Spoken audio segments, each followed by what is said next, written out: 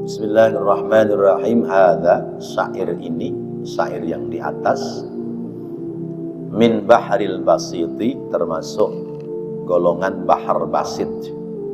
Ini tentang syairnya. Wa makna ittahada, dan makna ittahada, Lutin wa Ilyasa dzulkifli awittahada, yaitu maknanya bersatu. Anna dzulkifli, karena bahwasanya Nabi Dzulkifli itu qila, ada yang mengatakan huwa Ilyasu, yaitu Nabi Ilyas. Wa qila Yusha'u, dan ada yang mengatakan Nabi Yusha'.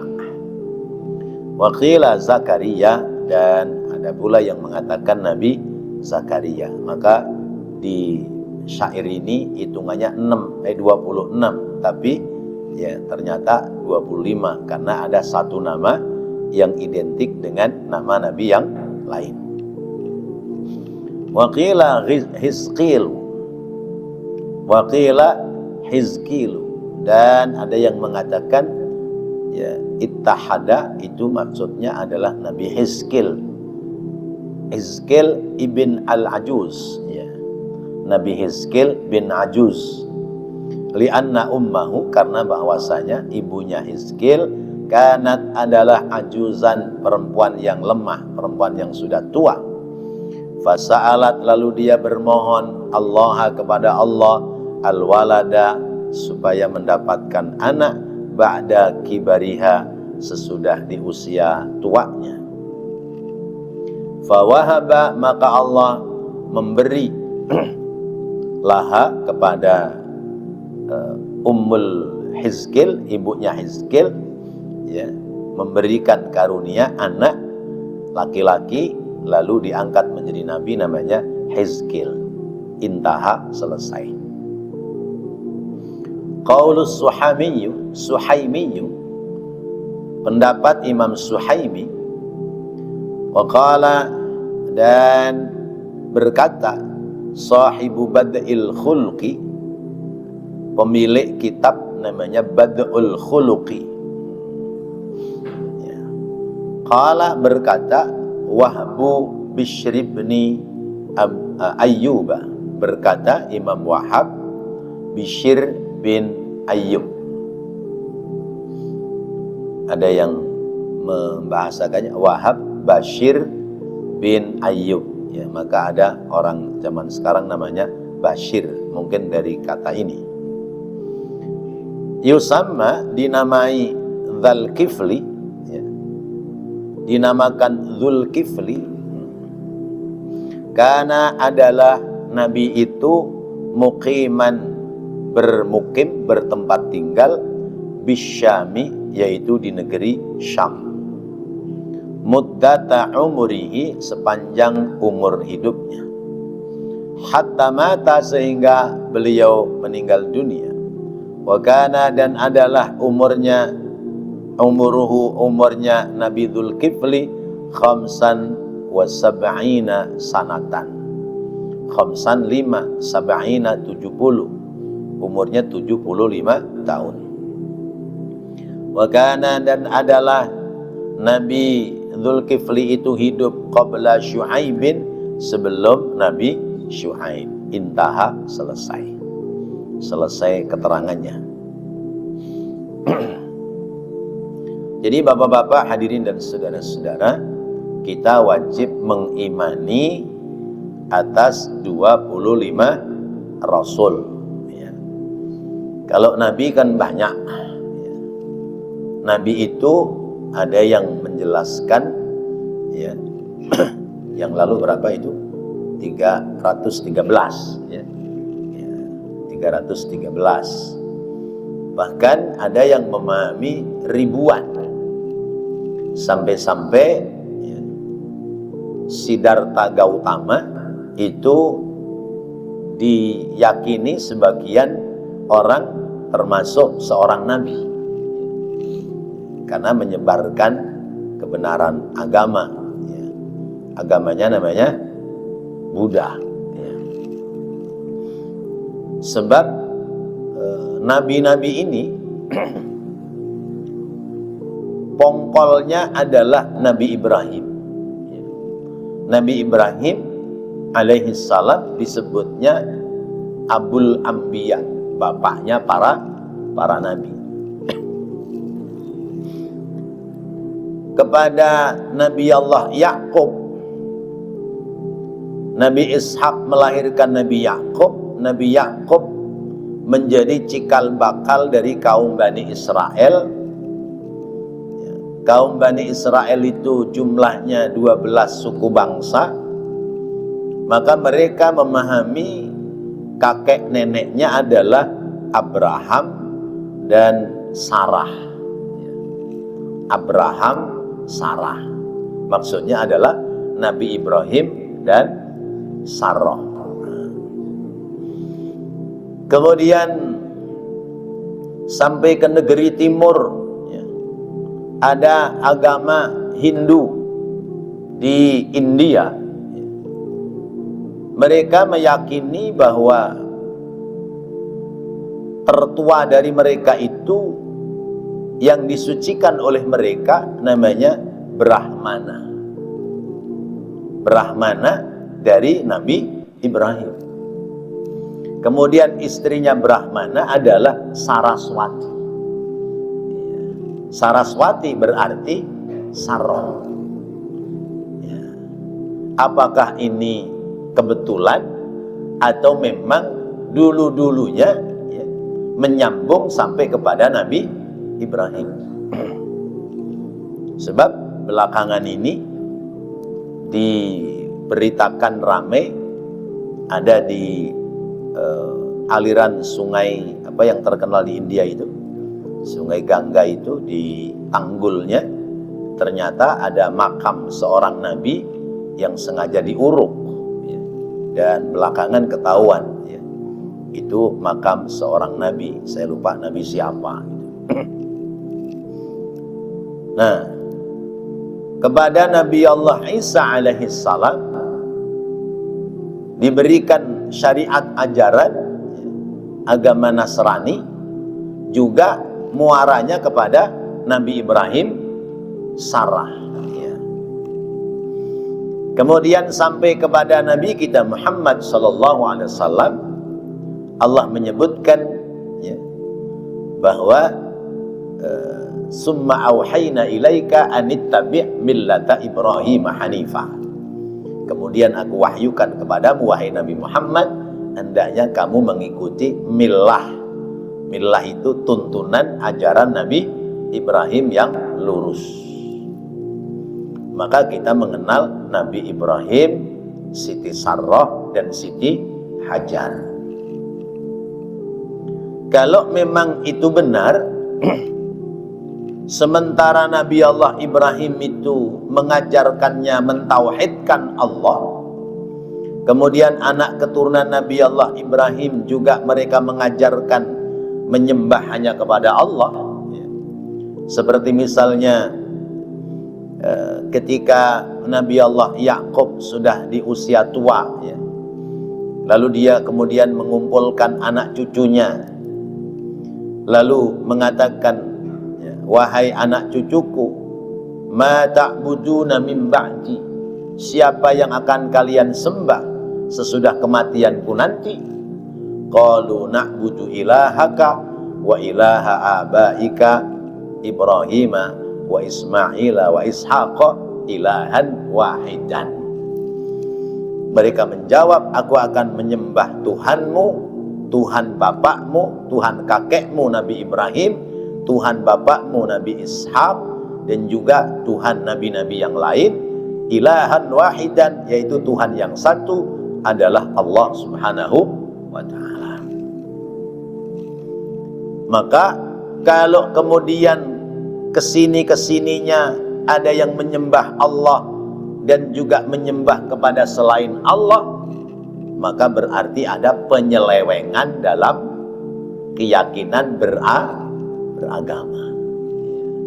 Ada penyelewengan dalam keyakinan beragama, bahwa orang-orang Yahudi selain menuhankan kepada Allah, menuhankan pula kepada selain Allah. Nabi Uzair diangkat sebagai anak Tuhan, malaikat diangkat sebagai istri Tuhan.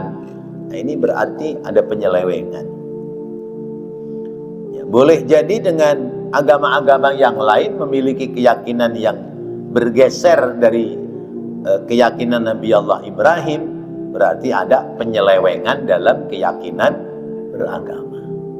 Sementara ajaran Islam itu persis sesuai dengan tuntunan yang diajarkan oleh Nabi Ibrahim alaihis salam. Dalam hal akidah hanya mentauhidkan Allah, mengesakan Allah, menuhankan hanya kepada Allah, tidak menuhankan kepada selain Allah Subhanahu wa ta'ala. Jadi pongkolnya nabi-nabi itu sampai kepada Nabi Ibrahim, maka disebutnya Abul Anbiya, bapaknya para nabi. Kalau Nabi Adam disebutnya Abul Bashar, bapaknya manusia. Kita diperintahkan wajib mengimani 25 nabi, yaitu Nabi Adam, Idris, Nuh, Hud, Saleh, Ibrahim, Lot, Ismail, Ishak, Yakub, Yusuf, Ayyub, Syuaib, Harun, Musa, Ilyasa, Dzulkifli, Daud, Sulaiman, Ilyas, Yunus, Zakaria, Yahya. Kemudian Nabi kita Muhammad sallallahu alaihi wasallam. Berapa jumlahnya? 25. Benar nggak tuh tadi tuh? Ya. Ada yang tertinggal nggak? Ada yang tertinggal nggak?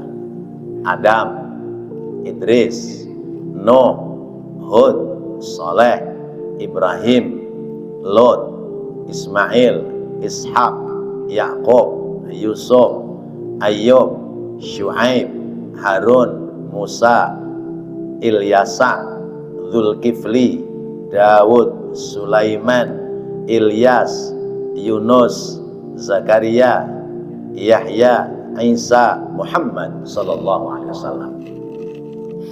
Nggak berurutan nggak apa-apa. Yang penting meyakini bahwa mula-mula Nabi adalah Nabi Adam dan terakhirnya adalah Nabi kita Muhammad sallallahu alaihi wasallam. Kalau di kitab lain disebutkan syairnya, hum Adamun Idrisu Nuhun Huduma Saleh wa Ibrahimu kullu muttaba' Lutun wa Ismailun Ishaqun kada Yaqubu Yusufu wa Ayyubu ikhtada Syuaibu Haruna wa Musa wal Yasa' Dzulkifli Dawudu Sulaimanu taba' Ilyasu Yunusu Zakaria Yahya Isa wa Taha Khatimun Da'ghayya. Itu disarahkan kitabnya, nama kitabnya Nurul Dhalam. Jadi 25 nabi ini wajib kita yakini, wajib kita imani. Dan kita harus mengajarkan kepada anak cucu kita supaya mereka kenal para nabi, para rasul. Jangan kenalnya sama artis-artis zaman sekarang ya. Ya, apalagi artis India atau artis Korea pada apal, giliran nabi pada gak apal ya.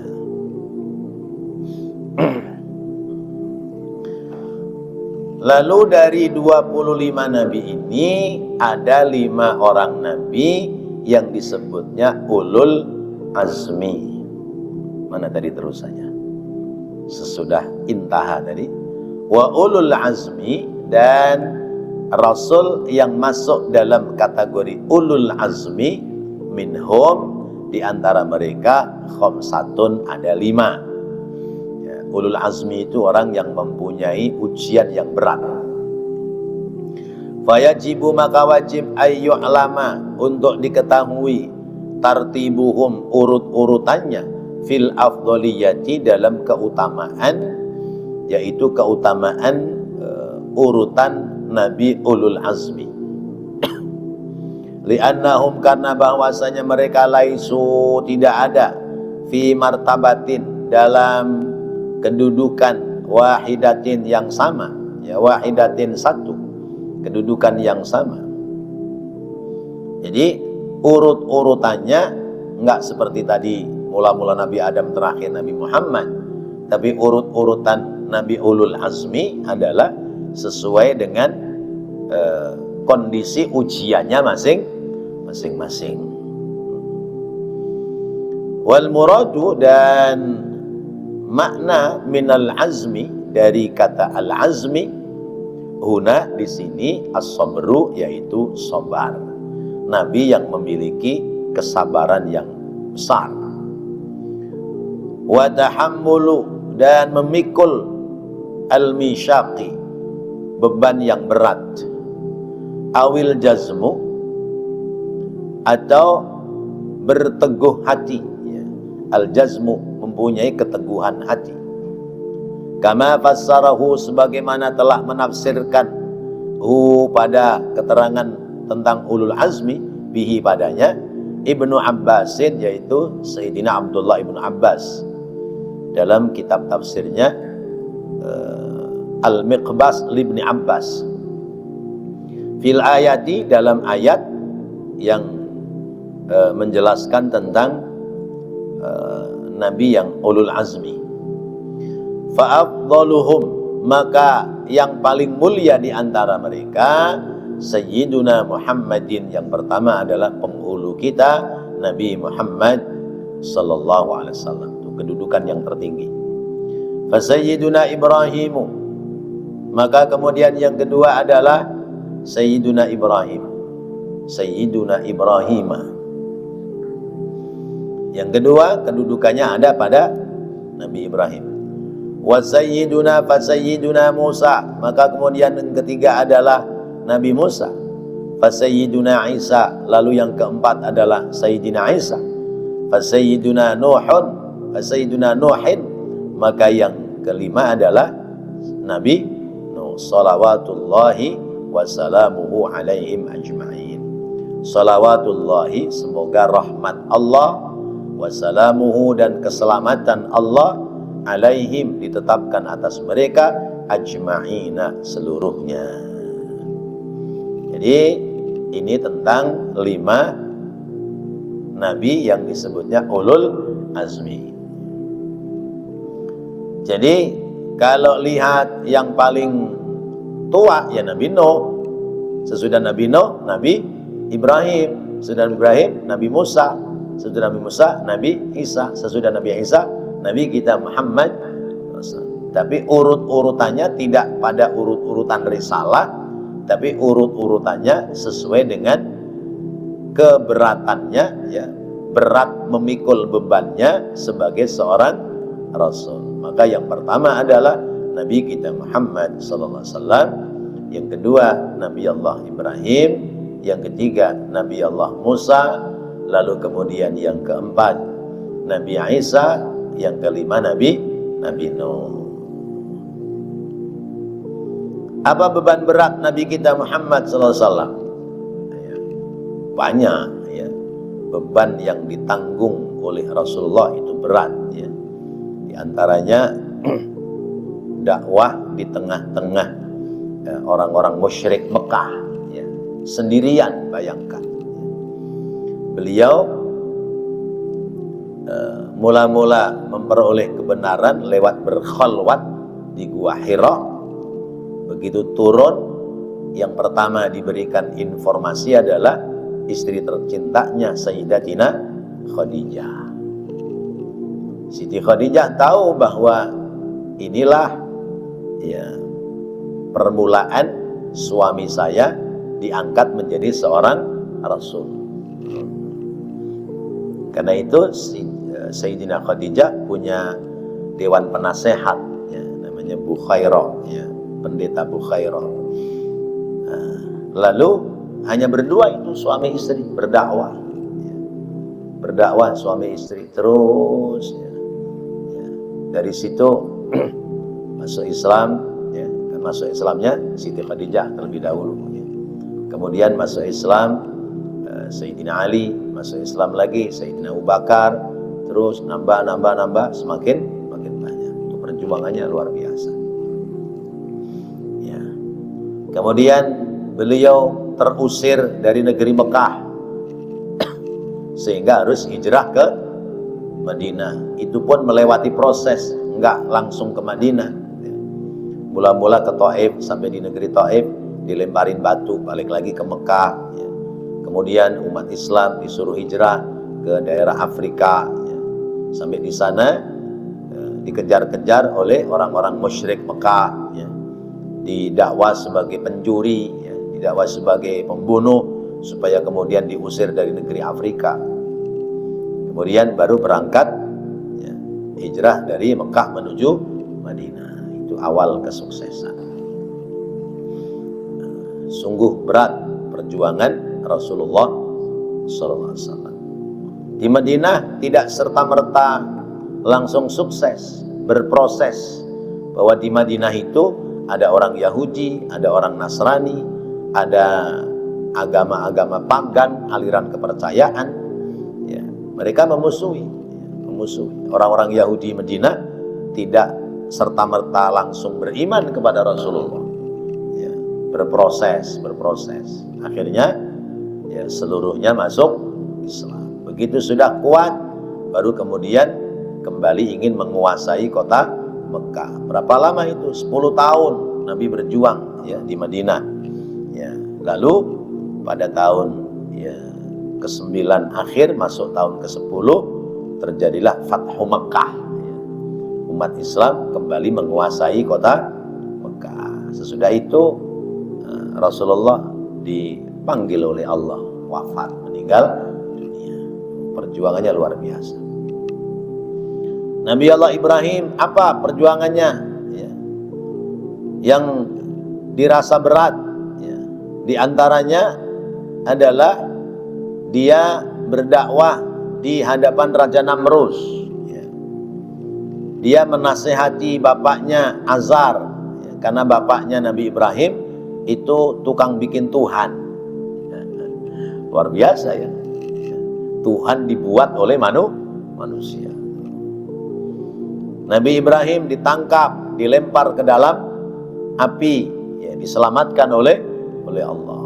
Terus itu namanya perjuangan yang berat. Nabi Allah Musa, apa perjuangan beratnya?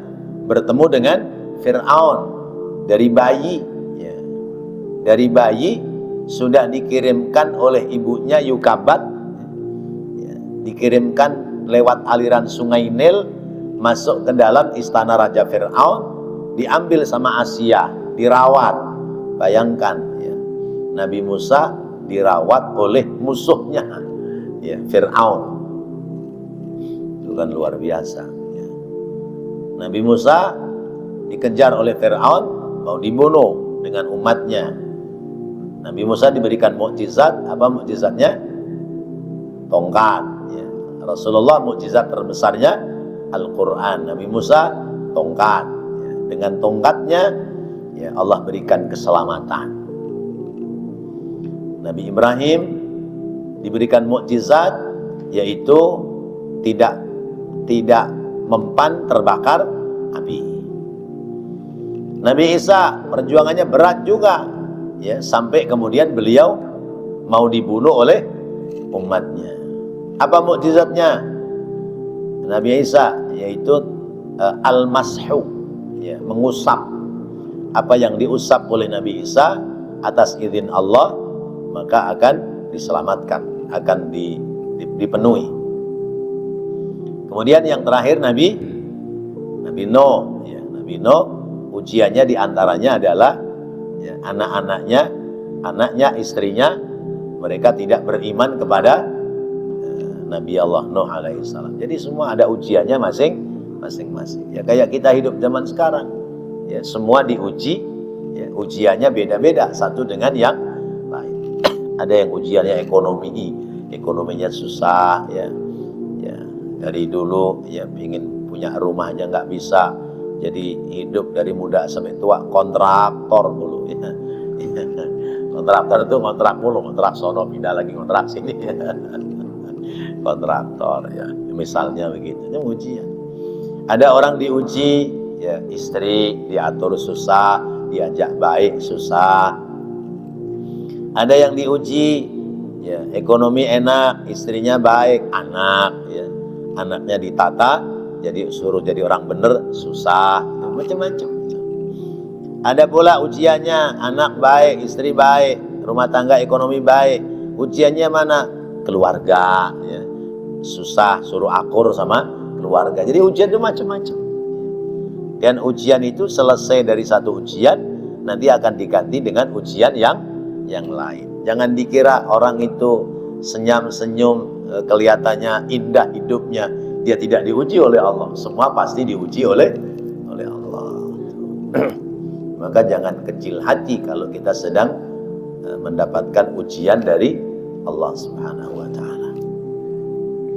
Ya, jangankan kita yang orang awam biasa, sekelas Nabi dan Rasul pun tetap diberikan ujian oleh Allah. Bahkan kata Rasulullah, sesungguhnya paling berat ujian hidup itu inna asyaddal bala al-anbiya. Sesungguhnya ujian yang terberat itu ya dilakukan oleh para nabi. Ya. Summal auliya, kemudian wali-wali. Ya. Kemudian siapa lagi? Ya kita sebagai umat. Ya. Semua ada ujiannya masing-masing.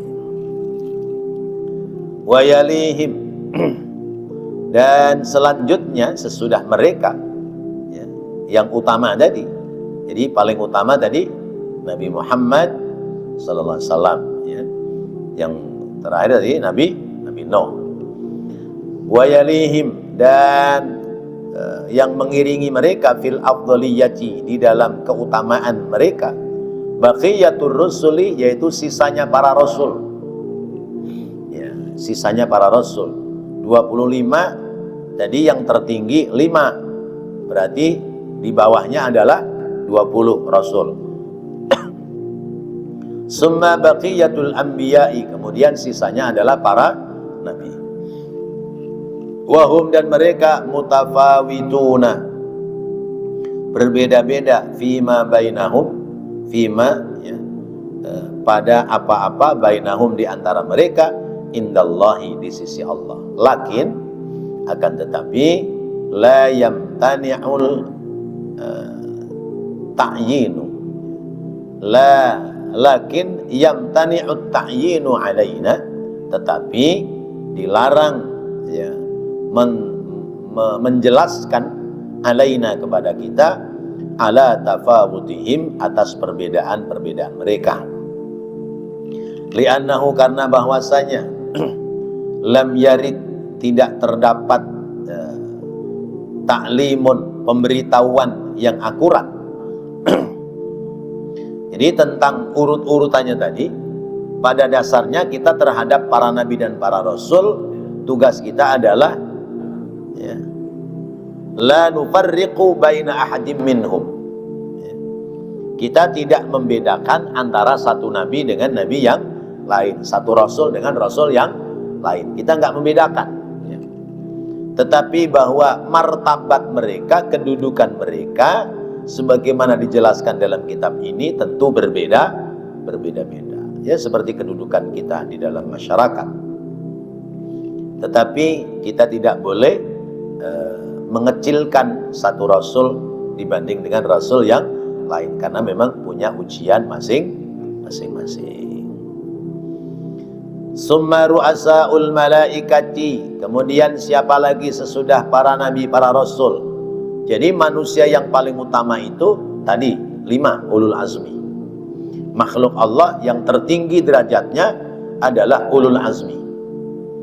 Kemudian di bawahnya ulul azmi adalah para rasul. Kemudian di bawahnya lagi adalah para nabi.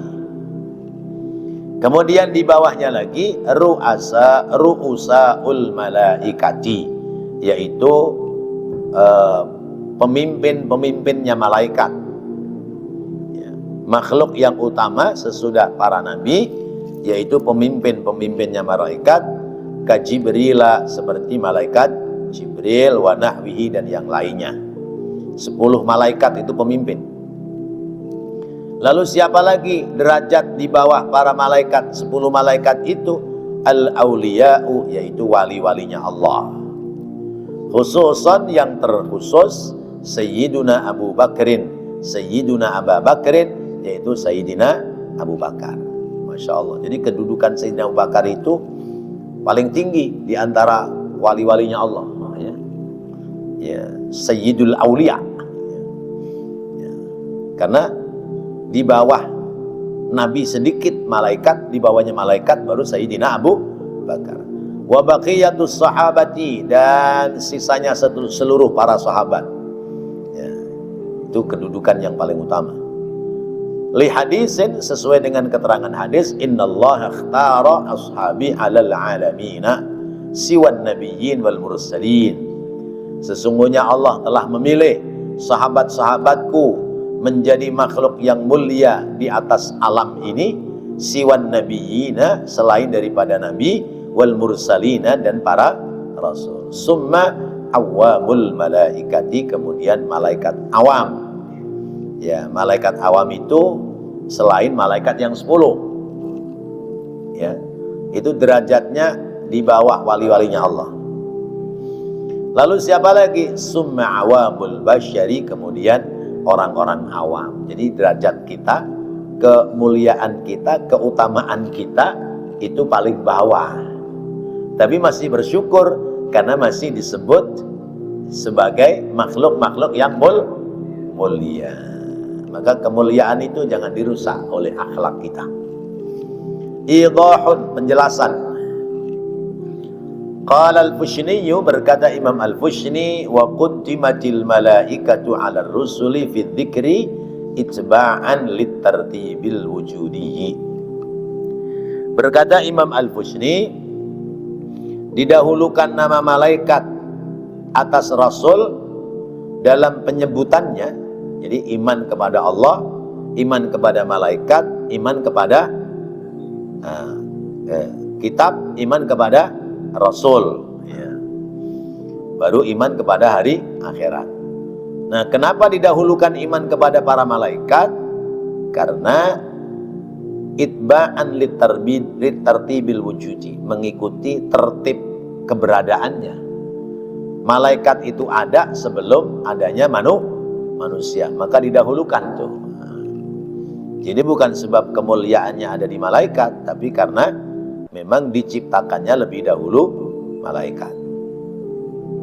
Fa innal malaikata, karena bahwasanya malaikat itu muqaddamatun, didahulukan fil khalqi, di dalam penciptaannya. Aw litartibil waqi'i fi tahqiqi makna risalah. Atau litartibi, untuk ketertiban, al-waqi'i, yang terjadi, fi tahqiqi makna risalati, di dalam mentahqiq atau menyatakan makna tentang risalah. Kenapa didahulukan malaikat daripada manusia? Karena malaikat itu yang mengantarkan risalah kepada manusia, maka didahulukan. Kenapa orang sholat itu didahulukan muadzin? Ya, karena muadzin itu yang memanggil orang sholat. Mana mungkin muadzin datangnya belakangan. Di mana-mana muadzin itu pasti datangnya duluan. Sesudah muadzin jamaah, sesudah jamaah imam. Ya, imam biasanya suka belakangan. Tapi namanya imam, biar kata belakangan, harus maju ke depan. Ya, nggak boleh imam di belakang. Yang di belakang namanya makmum. Tapi ada imam yang nggak pernah mau maju ke depan, namanya Imam Bukhari. Namanya Imam Bukhari atau Imam Purnomo. Nama orangnya imam, tapi nggak jadi imam.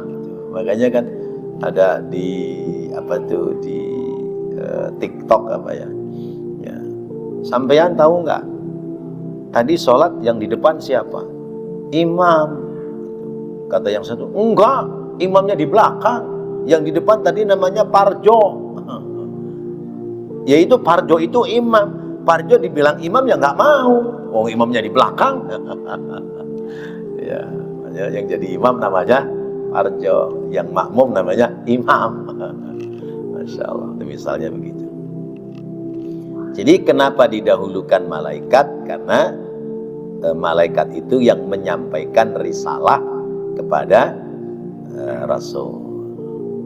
Fa inna Allah Ta'ala, karena bahwasanya Allah Ta'ala arsalal malaikata ilar rusuli, Allah telah mengutus para malaikat untuk menyampaikan risalah kepada Rasul-Rasulnya Allah Subhanahu wa Ta'ala. Maka wajar kalau kemudian dalam penyebutannya lebih dahulu iman kepada malaikat, baru iman kepada kitab-kitab, baru iman kepada para Rasul. Iman kepada Allah, iman kepada malaikat, iman kepada kitab, iman kepada para Rasul, para Nabi, lalu iman kepada hari akhirat, kemudian baru nanti iman kepada qada dan qadarnya Allah Subhanahu wa Ta'ala. Nah, tentang iman kepada para Nabi selesai, maka insya Allah bahasan selanjutnya adalah wa khamisuha anna man tu'mina bil yaumil akhiri, ya.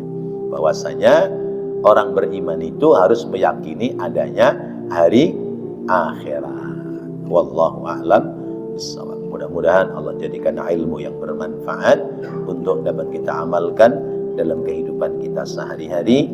Amin ya Allah ya Rabbal alamin. Rabbana taqabbal minna innaka antas sami'ul alim wa tub alaina innaka antat tawwabur rahim. Rabbighfir warham wa anta khairur rahimin. Wa sallallahu ala sayyidina Muhammadin wa ala alihi wa sahbihi wa sallam. Walhamdulillahi rabbil alamin. Wassalamualaikum warahmatullahi wabarakatuh.